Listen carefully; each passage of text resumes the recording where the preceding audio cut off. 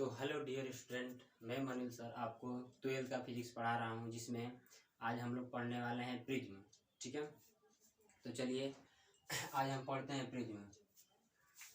ये हमारा चैनल का नाम है द डिफेंस विजन, जिसको आप यूट्यूब पे सर्च कीजिएगा तो इसके नाम से हमारा प्लेलिस्ट खुल जाएगा। ठीक है, 12th का हम लोग फिजिक्स पढ़ा रहे हैं, जो ऑप्टिक्स का पार्ट है। ये अगला चैप्टर हम पढ़ने वाले हैं क्या, प्रिज्म।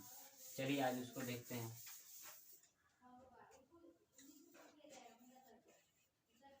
प्रिज्म, ठीक है, समझिए प्रिज्म क्या होता है। दो समतल कोण पर झुके पारदर्शी समांगी माध्यम को ही क्या कहते हैं, प्रिज्म कहते हैं। ठीक है, किसी कोण पर झुके, ऐसे भी समझ सकते हैं, किसी कोण पर झुके दो समतल पृष्ठ से घिरे समांगी माध्यम को क्या कहते हैं, प्रिज्म कहते हैं। उसको हम लिख देते हैं a homogeneous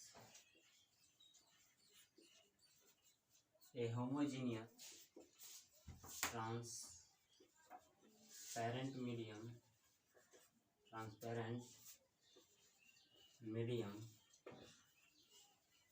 enclosed between two surfaces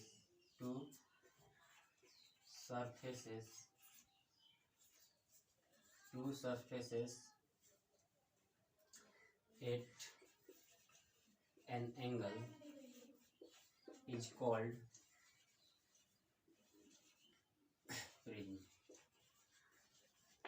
ठीक है, किसी कोण पर झुके दो समतल पारदर्शी माध्यम को ही क्या कहते हैं, प्रिज्म कहते हैं। इसका जो फंक्शन हम पढ़ेंगे, ठीक है, उसका जो फॉर्मूला होता है, ये आपके बोर्ड में डायरेक्ट एग्जाम पूछ लेता है कि अपवर्तन द्वारा बताइए कि मतलब प्रिज्म से अपवर्तन द्वारा बताइए कि एन का फॉर्मूला। ठीक है, sine delta M plus A by 2 बटा साइन ए बाई 2। ठीक है, ये आपके बोर्ड के एग्जाम में 5 नंबर के सिद्ध करने के लिए पूछ देता है। इसी को आज हम लोग प्रूव करेंगे और अगले दिन इसका क्या देखेंगे, न्यूमेरिकल देखेंगे। चलिए इसको आज प्रूव करते हैं। ठीक है,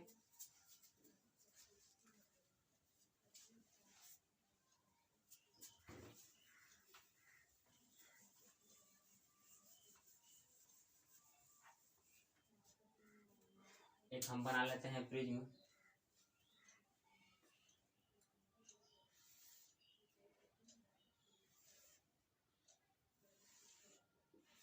ठीक है, ये यहाँ से इंसिडेंट रे। अब देखिए दोनों तरफ इसके क्या है, एयर है, दोनों तरफ एयर है। जब रे एयर से किस में जाएगी, डेंसर मीडियम में जाएगी। ठीक है, तो डेंसर, ये प्रिज्म कौन सा माध्यम होता है, तो डेंसर। इसके चारों तरफ कौन सा होता है, एयर। तो एयर से जब डेंसर में जाएगी तो यहाँ पर एक ले लेते हैं अभिलंब। ठीक है, तो एयर से जब डेंसर की ओर, अभिलंब की ओर क्या हो जाती है, मुड़ जाती है, टुवर्ड्स द नॉर्मल। तो अभिलंब की ओर मुड़ जाएगी ऐसे। अब ध्यान दीजिए, अब ये हो गया डेंसर और ये इसके लिए क्या हो गया, रेयर मीडियम हो गया। तो रेयर जब डेंसर से रेयर में जाएगी तो यहाँ से हम एक अभिलंब खींच लेते हैं ऐसे। तो जब रेयर से डेंसर में जाएगी तो ये कैसे जाएगी, अभिलंब से क्या हो जाएगी, दूर भागेगी। ठीक है, अभिलंब से क्या हो जाएगी, दूर भागेगी, ऐसे जाएगी।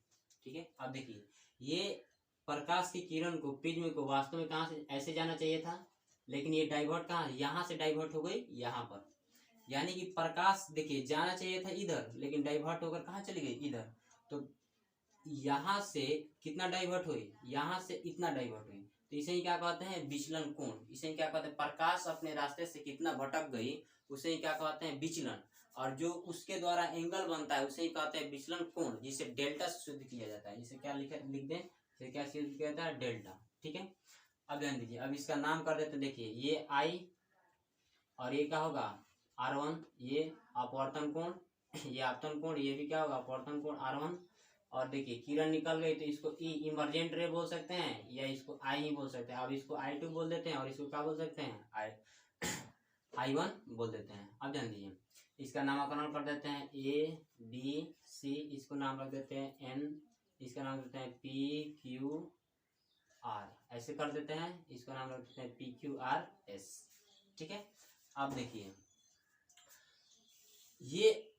ये आई है, तो ये टोटल कितना होगा, आई। इस वाले एंगल को हमको निकालना होगा। तो टोटल में से क्या कर देंगे, ये घटा देंगे तो हमारा ये वाला एंगल मान चल जाएगा। यानी कि ये क्या होगा, I1 माइनस क्या हो जाएगा, R1। ठीक है, अब देखिए ये भी टोटल क्या है, अगर इसको देखें तो या तो ई कहिए ना तो क्या कहिए I2 कहिए। तो ये टोटल I2 है, तो ये वाला एंगल हमको फाइंड करना है, तो I2 में से क्या घटा देंगे, R2 घटा देंगे, तो ये वाला एंगल मालूम चल जाएगा। तो लिख देते हैं I2 माइनस R1, हो गया I2 माइनस R1, ठीक है।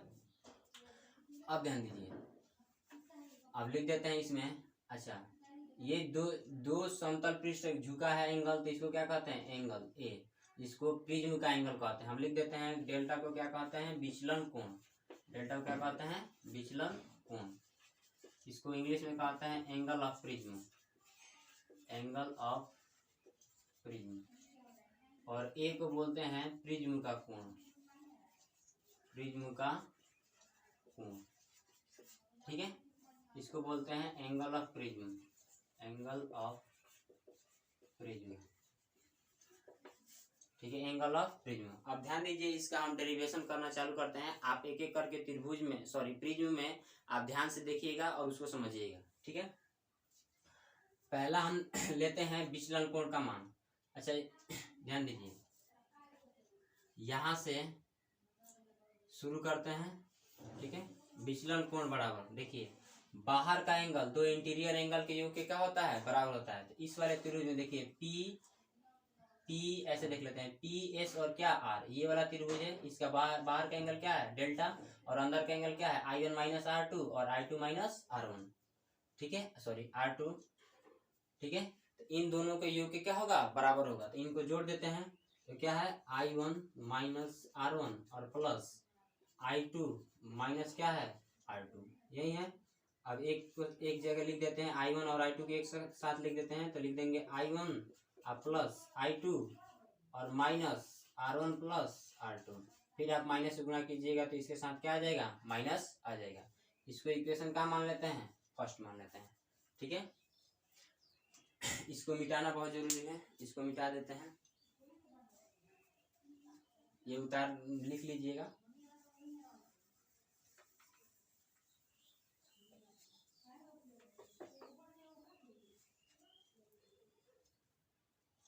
अब ध्यान दीजिए, हम त्रिभुज लेते हैं PQR, PQR। आप जानते हैं कि त्रिभुज के तीनों कोणों का योग कितना डिग्री का होता है, 180 डिग्री का होता है। त्रिभुज के तीनों कोणों का योग कितना होता है, 180 डिग्री का। देखिए ये कोण और ये कोण हमको मालूम है, और इसका योग होता है कितना, 180 डिग्री का। तो तीसरा एंगल हमको मालूम करने के लिए 180 में से दोनों का क्या कर देंगे, माइनस कर देंगे, तो तीसरा एंगल मालूम नहीं हो जाएगा। तो लिखते हैं इन त्रिभुज PQR, ठीक है। क्या लिख सकते हैं, 180 माइनस R1 प्लस R2, इसको इक्वेशन क्या कह देते हैं, सेकेंड कह देते हैं। यानी कि ये वाला आपको मालूम चल गया कि 180 और माइनस R1 और प्लस क्या था, R2 था, है कि नहीं। अब ध्यान दीजिए, अब एक हम चतुर्भुज लेते हैं। देखिए चतुर्भुज APQR, APQR, ठीक है। चतुर्भुज APQ और R, ठीक है, चतुर्भुज APQR। चतुर्भुज आप जानते हैं कि कोई भी चतुर्भुज होता है उसके सब कोणों का योग कितना होता है, तो 360 डिग्री। तो ध्यान दीजिए, ये कोण और ये कोण और क्या, ये वाला कोण, यानी कि APQ और क्या R। ये यहाँ से ए कितना है, ए एंगल कितना है, प्रिज्म का कोण कितना है, ए प्लस। ये देखिए यहाँ पर ये नॉर्मल है, यहाँ पर ये क्या है, नॉर्मल का काम कर रहा है। तो कोई भी अवलंब कितना डिग्री का एंगल बनाता है, 90 डिग्री का एंगल बनाता है। तो लिख देते हैं 19 और प्लस यहाँ का एंगल देखिए 180 माइनस कितना है, R1 प्लस R2, लिख देते हैं 180 माइनस R1 प्लस R2, हो गया। और ये वाला ये भी एक क्या कर रहा है, नॉर्मल का काम कर रहा है। तो ये भी कितना डिग्री का एंगल बनाएगा, 90 डिग्री का एंगल बनाएगा, और ये इतने कितने के बराबर होगा, 360 डिग्री के बराबर हो जाएगा। देखिए 90 और 90, 180 और 180, 360 उधर प्लस, ये सब प्लस में उधर जाएगा तो माइनस में, यानी ये क्या हो जाएगा, कट जाएगा। तो वास्तव में आपके पास क्या बचा, ए बराबर, ये माइनस में था, थी R1 प्लस R2 उधर जाएगा, तो ए बराबर R1 प्लस R2, ए बराबर R1 प्लस R2। इसको इक्वेशन कितना कर देते हैं, थर्ड। इसको इक्वेशन कितना कर देते हैं, थर्ड। अब ध्यान दीजिए, ए का जो वैल्यू है ले जाकर इक्वेशन किस में पुट कर देते हैं, फर्स्ट वाले में पुट कर देते हैं, ठीक है। तो इस अब त्रिभुज को हमको उतना कोई आवश्यकता नहीं है, ठीक है। आप हम समझा सकते हैं, इसको मिटा देते हैं और यहाँ से बनाना चालू करते हैं, ठीक है।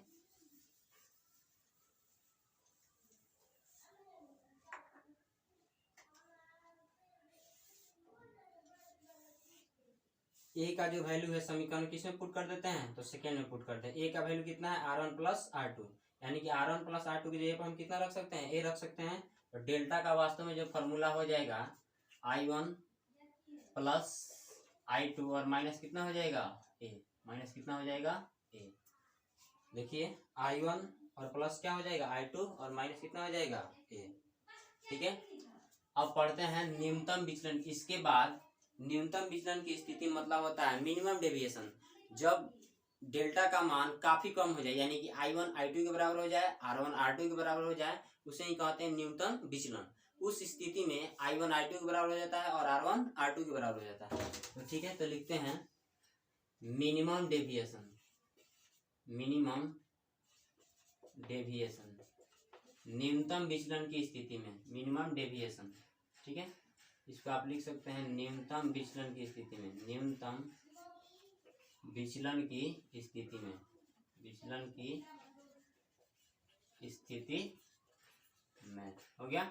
अब देखिए न्यूनतम विचलन की स्थिति में I1 किसके बराबर हो जाता है, I2 के, R1 किसके बराबर हो जाता है, R2 के, और डेल्टा जो हो जाता है डेल्टा M के बराबर हो जाता है। इसको हम कहेंगे न्यूनतम विचलन कोण, ठीक है। ये M क्या है, क्या है, मिनिमम के लिए M यूज हुआ है, ठीक है। इस वाले समीकरण में हम देखिए डेल्टा का जो अब फॉर्मूला हो जाएगा, क्या हो जाएगा, I1, और I1 के जगह पर I2 है, तो I2 की जगह पर हम क्या लिख सकते हैं, I1 लिख सकते हैं। तो I1 और माइनस क्या है, A। अब यह डेल्टा ना रहा कर आपका क्या हो जाएगा, डेल्टा M। तो डेल्टा M बराबर कितना हो जाएगा, 2I1 और माइनस क्या हो जाएगा, A। ये माइनस में इधर आएगा तो प्लस में, और ये मल्टीप्लाई में इधर आएगा तो डिवाइड में, यानी कि I1 का जो वैल्यू हो जाएगा डेल्टा M प्लस A और बटा कितना हो जाएगा, 2। इसको इक्वेशन हम क्या कह देते हैं, 4 कह देते हैं। इक्वेशन क्या कह देते हैं, 4, ठीक है। अब देखिए R1 और R2 का वैल्यू एंगल ऑफ प्रिज्म से देखिए, R1 और R2 का वैल्यू, R1 बराबर किसके है, R2 के, तो A बराबर लिख देते हैं क्या R2 के जगह पे हम क्या नहीं रख सकते, R1 नहीं रख सकते हैं। तो R1 कितना हो जाएगा, A कितना हो जाएगा, R1 प्लस R2, ठीक है, R1 प्लस R2। तो A का जो फॉर्मूला हो जाएगा 2R1, तो R1 इधर ये मल्टीप्लाई में 2 इधर आएगा तो डिवाइड में, यानी कि कितना हो जाएगा, A/2। इसको इक्वेशन क्या कह देते हैं, 5 कह देते हैं। इसको इक्वेशन क्या कह देते हैं, 5। अब यहाँ देखिए स्नेल के नियम से, ठीक है, स्नेल लॉ लगाते हैं, स्नेल्स लॉ। स्नेल क्या कहता है, n बराबर साइन, ठीक है, साइन I बट्टा साइन R, यही ना होता है, साइन I बट्टा साइन R। तो I को क्या कर देते हैं, I1, और R को क्या कर देते हैं, R1 कर देते हैं। साइन का फॉर्मूला, सॉरी n का n बराबर रखिए, तो क्या है साइन, ठीक है, साइन, और I1 के जगह पे वैल्यू कितना है, डेल्टा M प्लस A/2। तो रखते हैं डेल्टा M 2, ठीक है। ये हो गया आपका प्रिज्म का फॉर्मूला। अब देखेंगे ये आपको डायरेक्ट एग्जाम में 5 नंबर बोर्ड में सिद्ध करने के लिए आता है। तो फुल कॉन्सेप्ट आप समझ चुके हैं। अब इसके बाद पढ़ेंगे जब काफी कम हो एंगल ऑफ प्रिज्म का मान, डेल्टा का मान, कहाँ गया डेल्टा, यहाँ पर था, डेल्टा का मान क्या हो, काफी कम, ठीक है। तो उससे साइन क्या हो जाएगा, निगलेक्ट हो जाएगा। इतना आप पहले उतार लीजिए या स्क्रीनशॉट ले लीजिए,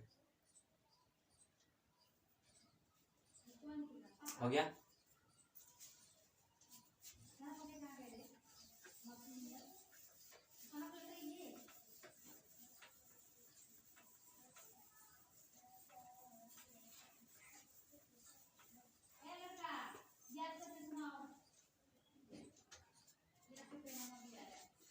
जब डेल्टा का मान काफी छोटा हो, जब डेल्टा का मान क्या हो, काफी छोटा हो, तो n बराबर जो फॉर्मूला था sine delta m plus a by 2, ये किसके बराबर हो जाएगा? तो delta m plus a by किसके बराबर हो जाएगा? 2 के, यानी कि साइन क्या हो जाएगा? हट जाएगा। और ये एक क्या था? साइन a बाई 2, तो साइन हट जाएगा तो बचेगा क्या? a by 2। तो वास्तव में ये फॉर्मूला n बराबर कितना हो जाएगा? Delta m plus a by 2 और बट्टा a बाई 2। इसको पलट दीजिए, ये पलट जाएगा ऊपर तो क्या हो जाएगा? डेल्टा m प्लस a और बट्टा 2, और ये पलट जाएगा तो कितना हो जाएगा? 2 बट्टा a से सॉरी फॉर दैट, 2 से 2 क्या हो गया? कट गया। ठीक है, बचा क्या? n बराबर कितना बचा? नीचे a बचा तो हम लिख सकते हैं डेल्टा m प्लस a बट्टा a प्लस a, यही होगा, a से a कट गया। ये यहाँ पे कितना बचा? 1, ये 1 इधर प्लस में इधर आएगा तो माइनस में। ठीक है, तो n माइनस 1 और डेल्टा m बाई a, तो डेल्टा ये इधर डिवाइड में इधर आएगा तो मल्टीप्लाई में, तो डेल्टा m बराबर क्या हो जाएगा? n माइनस 1 इंटू क्या हो जाएगा? a।